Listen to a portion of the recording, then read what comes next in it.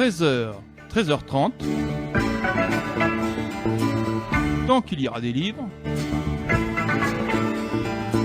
Guillaume Sautet.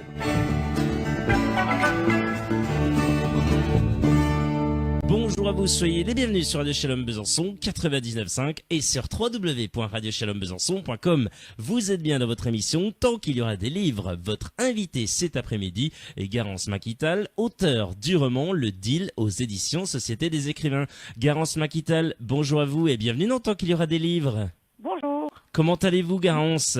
Très bien, et vous-même? Mais parfaitement bien, nous sommes très heureux de vous accueillir cet après-midi. Présentez-vous pour celles et ceux qui vous découvrent. Je suis auteur du livre Le Deal. À mes heures perdues, bien évidemment, je suis écrivaine, mais je suis aussi maman, grand-mère, épouse, tout simplement. Eh oui. Garance Makital, qu'est-ce qui vous donne cette envie d'écrire et pour le coup d'être édité jusqu'à l'édition? C'est quoi qui vous pousse? L'envie d'écrire, c'est depuis très longtemps, mais les obligations de la vie ont fait que ça a été reporté. Depuis toujours, je crois depuis l'adolescence, j'ai envie d'écrire, donc il a fallu travailler, gagner sa pitance journalière, la famille, l'enfant, et maintenant, j'ai le temps. Oui, vous avez le temps, et c'est quoi qui est... Et la passion, bien évidemment. Ah, forcément, la passion et bien sûr le temps. Et c'est quoi que vraiment vous vous êtes dit, écrire pour moi c'est bien, mais pourquoi pas écrire pour les autres? C'est quand que c'est arrivé ce moment-là? Je ne sais pas, je crois que c'est mon premier livre qui a fait que je voulais que les autres me lisent. Et alors, mon Dieu, maintenant, j'ai envie de continuer, tout simplement. Quels sont vos auteurs préférés? Il y en a beaucoup, Dans l'écriture, celui que je préfère le plus, c'est Victor Hugo, Baudelaire, Zola. Il y en a énormément. Garance Makital, comment s'est passée la phase d'écriture pour Le Deal, la construction de cet ouvrage? Comment ça s'est fait? La construction, pour moi, je ne sais pas si c'est la même chose pour un autre écrivain, mais elle se fait au jour le jour. C'est les idées qui viennent, tout simplement. Et on essaie de les mettre noir sur blanc, tout simplement. Ce qui est préétabli, c'est vouloir écrire la vie d'une femme, ça oui, c'est ce que je voulais. Une femme assez actuelle, puisque elle est plus jeune que moi, mais elle est de mon époque, donc je raconte un tout petit peu ce que j'aurais pu connaître. Et vous aviez le début et la fin de l'histoire, mais pas le milieu, ou ça s'est fait, comme vous dites, vraiment comme ça, et l'histoire elle est venue comme ça? Ça s'est fait comment en fait? J'avais juste envie d'écrire la vie d'une femme actuelle. Elle est moderne, elle travaille à l'extérieur, ce que en d'autres époques, la femme était plutôt ménagère. Donc elle travaille, elle est mère, et elle devient l'amante de quelqu'un d'autre, disons, en dehors du couple. Ce qui se passe à l'heure actuelle, ça n'a rien d'extraordinaire. Racontez-nous en quelques mots cette incroyable histoire que vous nous faites vivre.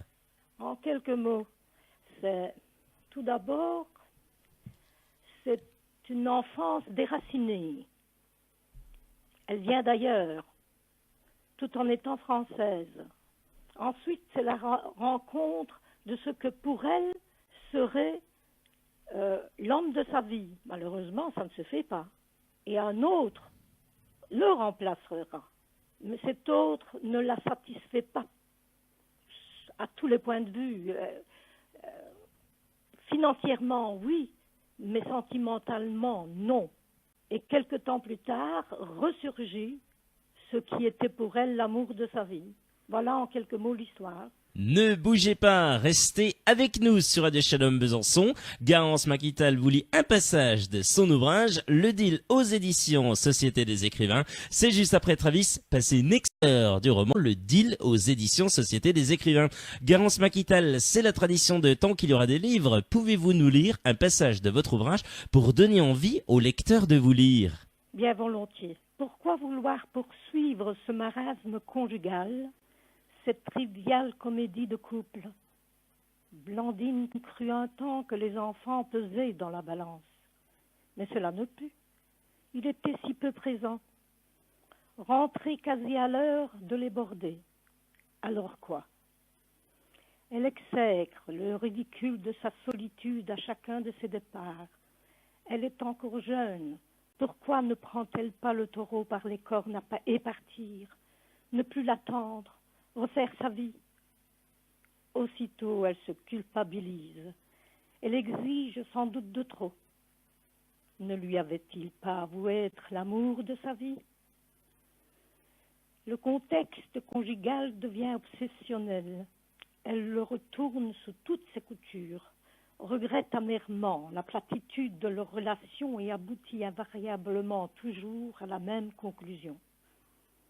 Elle désire vibrer, se sentir vivre dans son cœur et dans sa chair, même si Marcelin est content de son sort. Sa mièvrerie de vie se poursuit, les mois s'égrènent.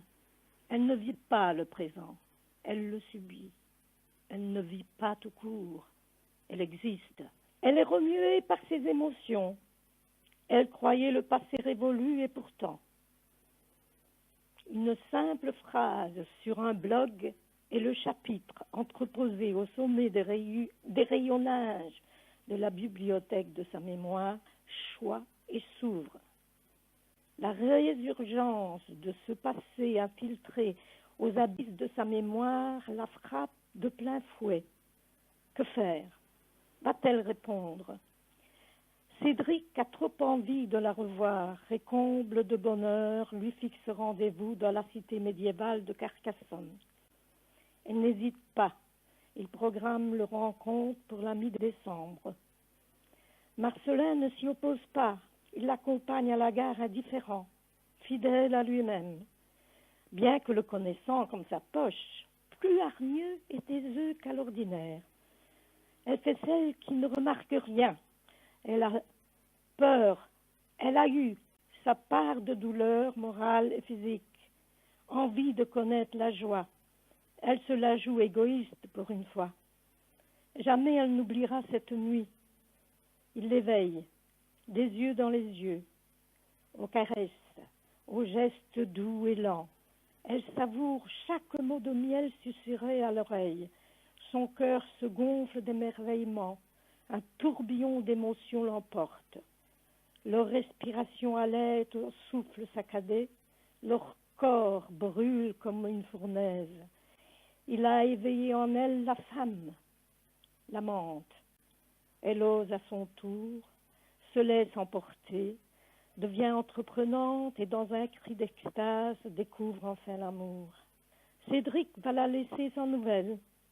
Le mutisme complet pendant une semaine interminable et elle apprendra par tierce personne. Oh le traître, qu'il prend du beau temps en Narbonne, à l'hôtel, avec Bérangère.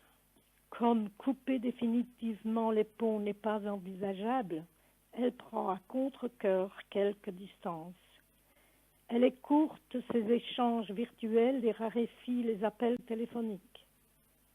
Il lui dit souffrir de son silence, bien qu'ensuite il écoute le coup de fil. L'informe de son départ imminent, profession oblige. Les quelques mots échangés narraient ses difficultés professionnelles ou la routine journalière. Une idée s'insurge en son esprit. Joue-t-il la dualité? Se complaît-il avec femme et maîtresse? Elle se sent dépréciée et salie. Juste un accessoire de service. Malheureusement pour elle, ce n'est pas sa logique de tête qui commande la ligne de cœur. T'es Radio Shalom Besançon, la voix de la paix. Vous êtes bien sur Radio Shalom Besançon dans votre émission Tant qu'il y aura des livres. Votre invité cet après-midi est Garance Maquital. Elle vous présente son ouvrage Le Deal aux éditions Société des écrivains. Quels sont vos projets en termes d'écriture pour la suite? Mon projet est encore La vie d'une femme. C'est déjà commencé. Mon nouveau roman s'intitulera Psyché. Toujours la même maison d'édition? Je n'en sais rien.